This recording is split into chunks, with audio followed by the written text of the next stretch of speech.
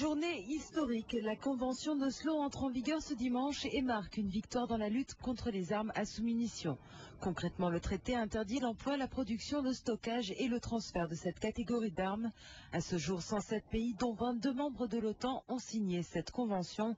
Ces États ont l'obligation de mettre en place des lois nationales d'application essentielles pour rendre effective l'interdiction de ces armes.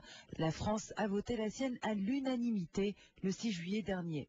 Pour la première fois, le gouvernement français a déclaré qu'il interdisait le financement direct et indirect dans les entreprises qui produisaient des armes à sous-munitions. Donc concrètement, le financement dans les entreprises produisant est interdit au niveau de la loi nationale française. Ban Ki-moon salue une avancée majeure et pourtant à ce jour plusieurs grandes puissances militaires comme la Russie, les États-Unis, Israël ou la Chine refusent encore de ratifier la convention. Ils représentent la vaste majorité des stocks estimés à 1 milliard de sous-munitions. Dispersées par voie aérienne ou terrestre, ces bombes peuvent rester actives pendant des années. Elles font encore de nombreuses victimes, en particulier les enfants plus vulnérables.